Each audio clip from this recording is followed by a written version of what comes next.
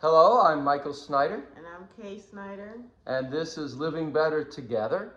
I hope everyone had a good holiday. That's why we haven't done a video for a while, because of the holidays.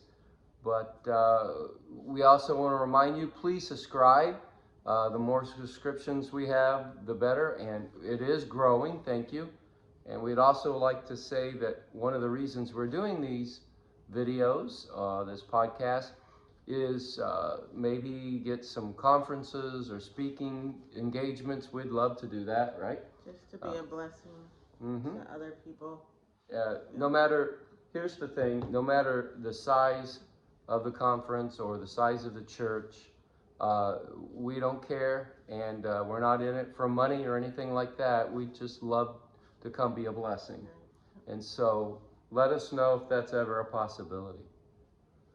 We were talking about last time about children obeying and honoring their parents, and I said it would take a few videos to cover all of this, and so here we are again on the same one, and I want us to look at the verses a little closer about children obeying, and I'm just going to pick out some words from it, or maybe I should read. It says, I'm going to read the verses and then we'll go from there. Ephesians 6, 1 through 3. Children, obey your parents in the Lord, for this is right. Honor thy father and mother, which is the first commandment with promise, that it may be well with thee, and thou mayest live long on the earth. And then Colossians 3:20. Children, obey your parents in all things, for this is well-pleasing unto the Lord. And so what I think I'm going to do here is pull out some words. We'll maybe get some definition, talk about them a little bit, and see where we go with this. But the first one is the word obey. And obey is the instructions and discipline of the father while obeying the mother's house rules. Because we talked about how dad is really in charge of instruction and discipline, and mom is in charge of the house. And obeying, the very word implies submission. And so the children are commanded to submit unto their parents. And just the fact that they're submitting unto their parents or obeying the commandments show their submission to God. And one of the greatest things, or the greatest lesson from all of this, is children learn to submit to authority. I was just watching Fox News the other day, and they did a study, and they found out that there's a direct correlation between a father being in the home and a father not being in home, or a fatherless home and crime. So a fatherless home and crime, children are more apt, especially boys, to commit crimes and end up in jail and in the system when they come from a home without a father. And part of that is because they've not learned to submit to authority. Now, that doesn't happen to every fatherless home, no, but it takes a very strong woman to teach a son to be submissive to authority. And so the first word is obey, submission. Anything? Right. It's also to, as we want our children to obey us, they have to see us submitting to the Lord. They need to see the mom submitting to the dad. And again, just teaching our children about how a Christian home is run or ran. That's basically what it is. The husband is submitting to God. The wife is submitting to the husband. The children submit to the parents. But if it's all out of whack and the husband is not submitting to God, or the wife is having trouble submitting to the husband, the children will not be able to see a good role model or a good example of what submission means. So I think the first submission is to church and to make it a priority in your family and your home. We will go to church. God does command us to go to church, attend church, to be involved in church. And I think a father's first submission is to the authority of the church and God's authority into going to church. And that should be the man's responsibility, his submission, and to see that, his children to see that, makes it easier for them to understand submission and obeying. You cannot get a child to obey you if you're not willing to obey God. Or if you're not willing to obey the police. I remember seeing a commercial a long time ago. A man finds marijuana in a son's dresser drawer, and he's upset and he's saying, I want to know where you got this. I want to know where you learned how to do this. What made you think this was right? And he was just scolding the boy. And then finally the boy puts his head down and he said, from you. From you. Children watch, children look, and they are going to do what you do. They're not going to basically do what you say, because if you're smoking and you're doing wrong, well, dad does it and it's okay, and mom does it, so it's okay. And we're not saying that the parents have to be perfect. We're not saying that at all. It's just we need to be very aware that your children are going to watch what you do, and what you do is what they're going to do. So we have to obey God. We have to be praying to God and saying, how do I help my child to see a good example within me, within our marriage, within the father role, within the mother role? How do we do it so our children will obey us out of love, out of respect, because that's how we obey God. Mm-hmm. We obey him because we respect him and we don't want to disappoint him. And so that's how we want our children to love us that much, to say, you know what, I don't want to disappoint my dad. I don't want to disappoint my mom. And this is why I'm going to obey them. Right. So also, and we might be done with this one here in a second, but also it's not good for your children to see as a father disobeying their mother. If we say that mom makes the rules for the house and she's the governor of the house, and her rule is, I don't know, rinse your plates before you put them in the sink, and dad never does that, and then when mom gets upset about the children doing it, dad says, hey, listen to your mother. They're thinking in their head. They may not voice it, but you don't. Right. You don't. Right. And so to solidify that obedience, the man should submit to the wife, to her authority as the governor or the manager of the home, and rinse his plates. There shouldn't be any of this, shh, don't tell your mom. Well, yes, that's what I'm Don't laughing. tell your mom. Yes. Yes. Because then the kids will do the same thing to They mom. will. And it's like, well, dad doesn't respect mom, so I'm not going to respect mom. Nope. You know, what's the point? And what's the point? The same thing, a wife should not, I know dad wants us to, but we're not going to do that. Right. And so the kids are going to be like, okay, Yep. Mom says we don't have to do that, then we're not going to listen to dad, or we're not going to put our things away when dad asks us to, because mom said we don't have to do that. Don't have to. So we have to be parents have to be on one accord. Mm-hmm. The submission to each other. Yeah. And there shouldn't be any of this, well, don't tell your father. Or, I know your dad said this, but it's okay, and I'll cover for you. None of that. That is showing disobedience. And as they grow up and they start to date and look to get married, they're going to do the same thing.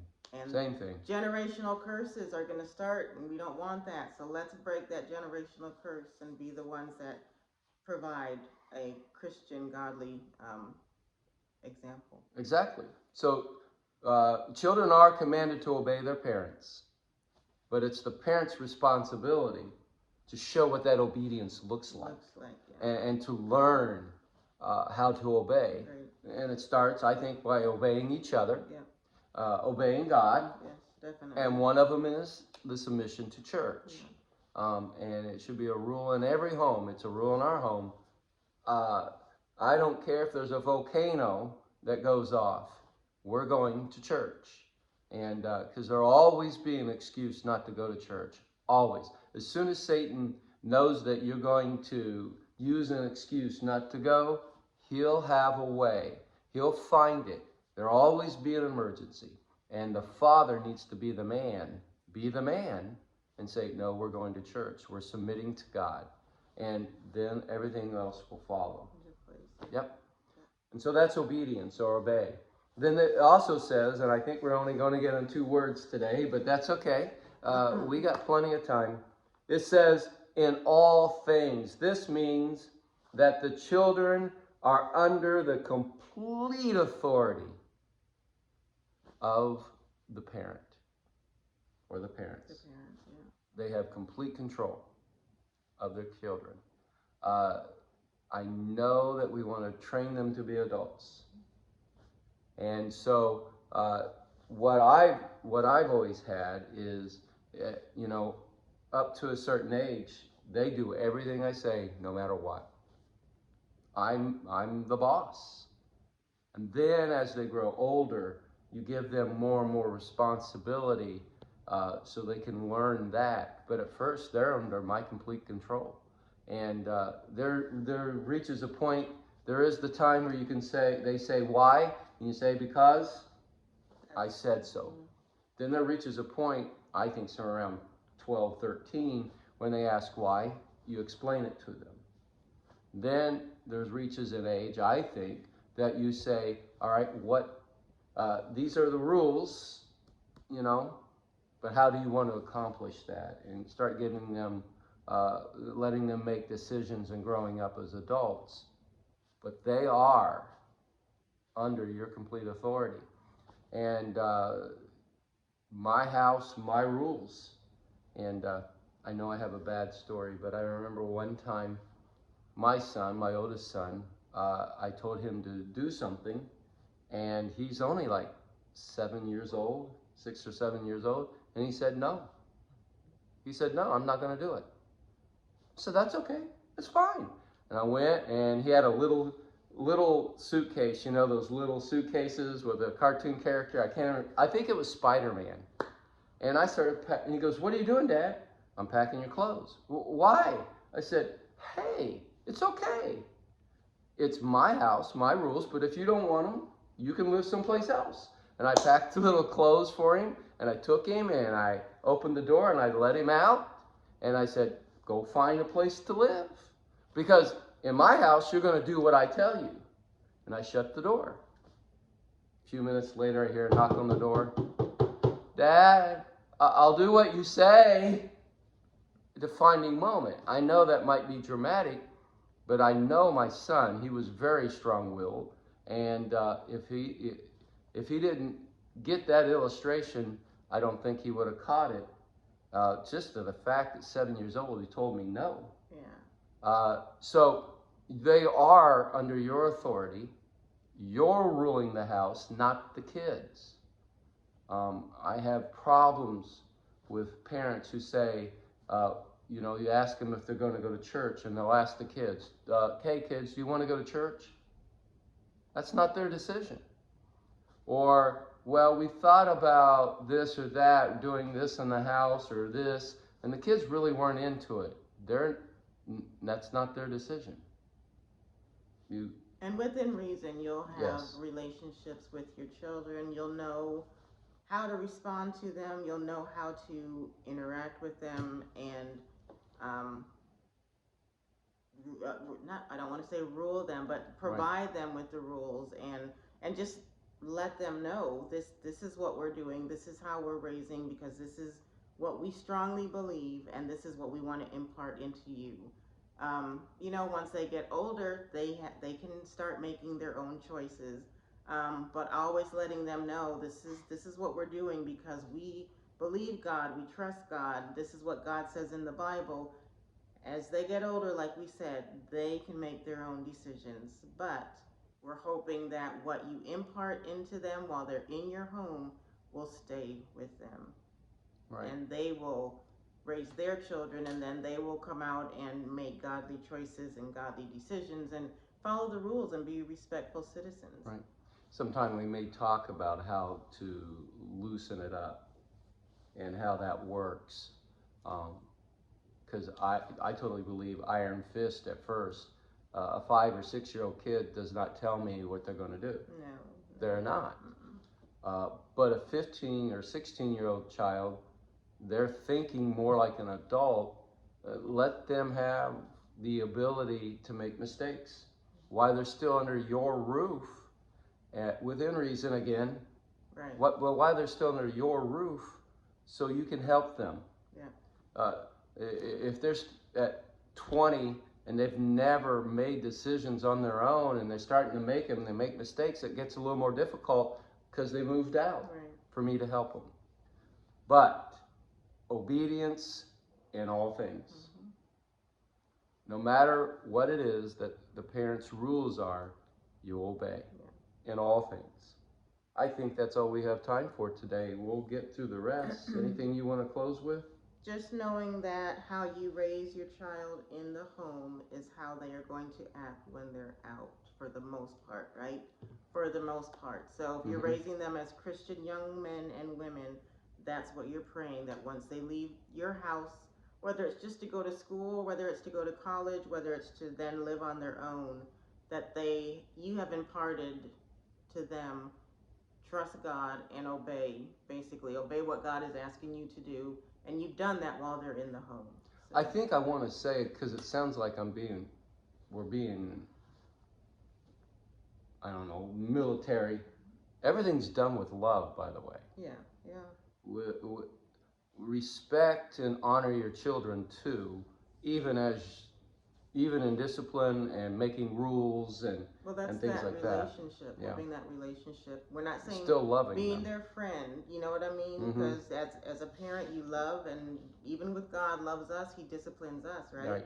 But He still loves us, and that's what we do with our kids. We love them, we discipline them, but we're there to still talk to them, and they know mom and dad. That's who is over our house, and we follow their rules, but they love us. Right. They're there for us. We can talk to them. We can laugh with them, cry with them, disagree with them, but they just know that rules are there for protection. And obedience and respect is there as well. So children, obey your parents in all things. Parents being an example of obedience. And make sure you have rules, make sure you have discipline and love. I think that's it. Yep, that's we'll it. see you again.